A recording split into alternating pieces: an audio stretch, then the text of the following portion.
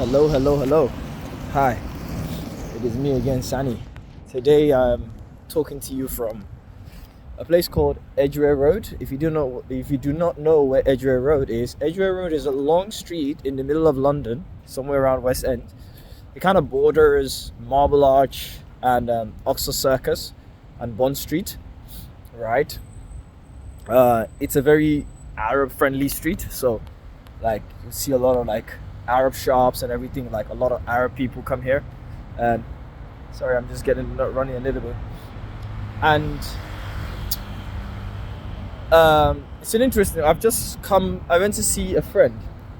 I went to see a friend, a very old friend. And by no means, this is not a friend that like I'm closest with or anything.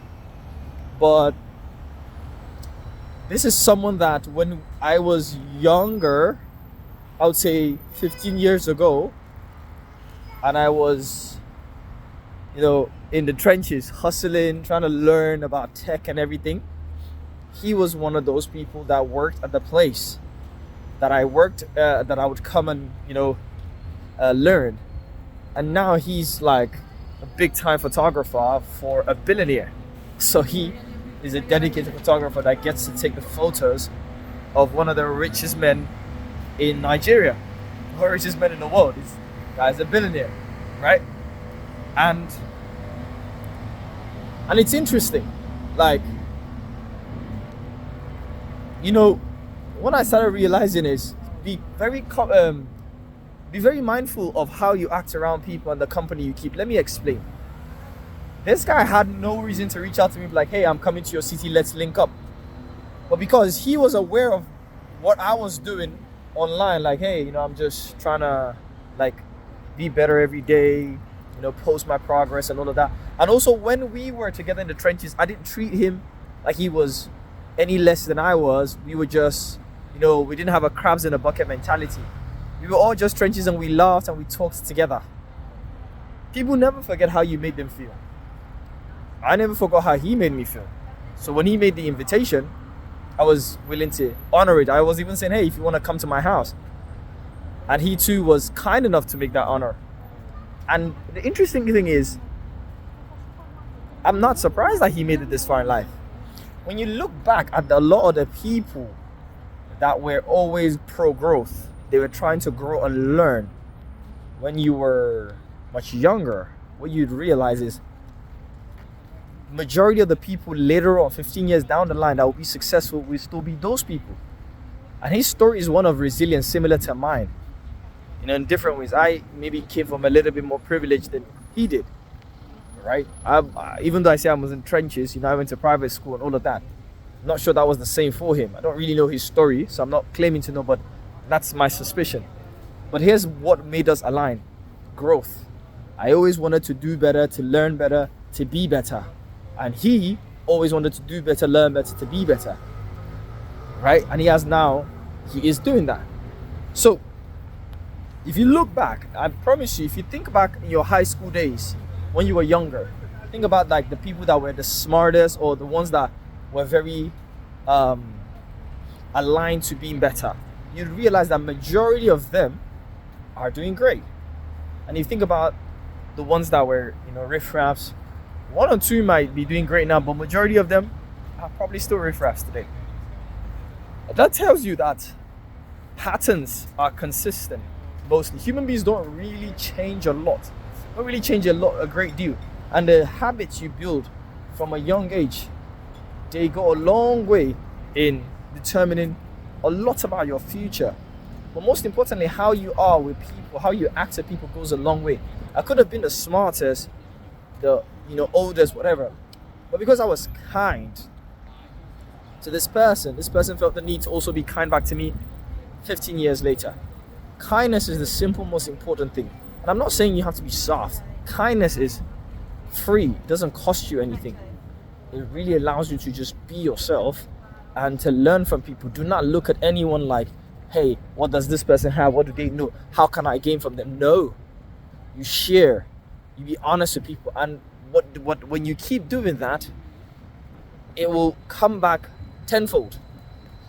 I don't know what opportunities I might share with him that will make him a better person. I don't know what opportunities he might have that will make me a better person. And I think that's the most important thing. So if you're a young person, a younger person, listen to this. The company you keep and the way you act around the company you keep would really have a great say in how you're going to be successful in the future. So don't think you're gonna wait till you're 30 or 20 to be whatever, to start acting nice. No, you need to really, really, really start doing that from now.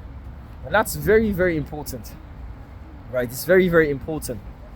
So we need to understand how the company we keep goes a long way in doing that. So I urge you to always be kind to people, right? To always, always, always be kind. It's very, very important to be kind to people. And I'm proud to see the progress of my friend.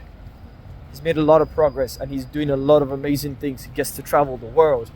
And, I wish him all the best, and this is an inspirational moment. I'm going to go home feeling inspired to do greater things. Now, this video is 2 parts. The second part of this video is about friendships as well, but in a different context. Recently, I had a friend of mine, who I call a brother, reach out to me with a request. Now, this friend of mine had something that they were working on and they needed a little bit of help. Not gonna go into the details of the type of help they needed, but they needed a little bit of help. Now, was I able to help them? Yes. But would it inconvenience my life greatly? Absolutely. The help would put a dent into a lot of myself, my time, and my finances. And I was honest with him. I said, hey man, I'll be able to meet you a quarter of the way because that's where I'm comfortable, right? So that I don't have to worry about my future, but that's all I can do. And after I finished that phone call, I sat down and asked myself, what are words if we really don't mean them when we say them? From the song, I think it's called, what's the guy's name? Is it David D? No, I can't remember his name, but it's called What Are Words If We Really Don't Mean Them When We Say Them. Here's my friend needing me to come through for them, and I have to greatly inconvenience myself. But if I do, and they get to where they get to, right? Oh, there's a new place here. I don't know what this is. Frameless.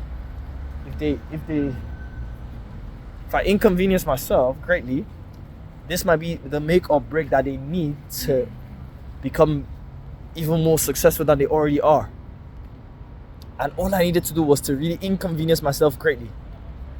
If I call you my friend and I say you are my brother, and I'll come through at your hour of need and I'll help you, how then, when you need my help and you need me to come through for you greatly, at a great cost of me, why wouldn't I do that? And I remember just basically doing everything my friend asked for, not the quarter. I just went through and just, sent him all that he needed. And I called him and I said, hey, I messaged him. I said, you're my brother. At every hour of need of mine, you came through for me. I don't know to what great degree of sacrifice you came through, but I know that you came through. So now you need me. I should be able to come through for you. And I said, hey, I will come through for you. It's a great cost of myself, that's fine. And that's exactly what I did. I came through for him. And he woke up, he said, you know what? I don't know. I woke up this morning not knowing how I was going to make this happen. But here we are, and we're great. And we're closer than ever. So the question I want to ask you is, are you really your friend's friend? When you say somebody's your friend, you're going to come through. Are you really that? Because it's easy to say when that's not tested. Until it's time to test it. Until it's time for you to test that to be tested. Where you need to inconvenience yourself. Then you start realizing sometimes our words, we say them, but do we really mean them? And I fell into that. it was time for my commitment to my friend, to my brother, to be tested. And I almost failed. In fact, I would say I have failed because I had what it took to help them, but it was at a great cost to me. But I was more worried about my own convenience that I didn't think about, hey, I'm coming through. This person wouldn't have never reached out if they didn't need to reach out. And I had to catch myself in that moment and say, no, I need to be able to sleep to know that my commitment to this person has been honored, because that's honor. And I was glad I was able to do that. And it doesn't matter. So what if he doesn't get what he desires, or it ends up costing me more than I thought it would? That's life. Life will always happen. And that is life. So be willing to honor your commitments. If you know you cannot commit to people, then don't say you're my friend or my brother. Do not give them the hopes that you're willing to commit to them. That way, before you commit to people, pick and choose who you're committing to. Because when you commit to them, it's like a marriage or anything. You should be willing to go all the way. Obviously, within reasonable means. But you should be willing to go all the way. You should be willing to cut a part of yourself that can regrow later because of them. I hope this helps anybody, and I hope this inspires everybody today. I don't know what I'm going to name this particular video today. I'll figure out the name of the video. It's a sunny day in London, which we don't get a lot of. Just walking, I'm very inspired. It's Ramadan, I'm a little bit hungry, but it's okay. Still exercise during those days. And I hope you're having a blessed day. And I hope this inspires you. You know? God bless. Sani Yusuf out.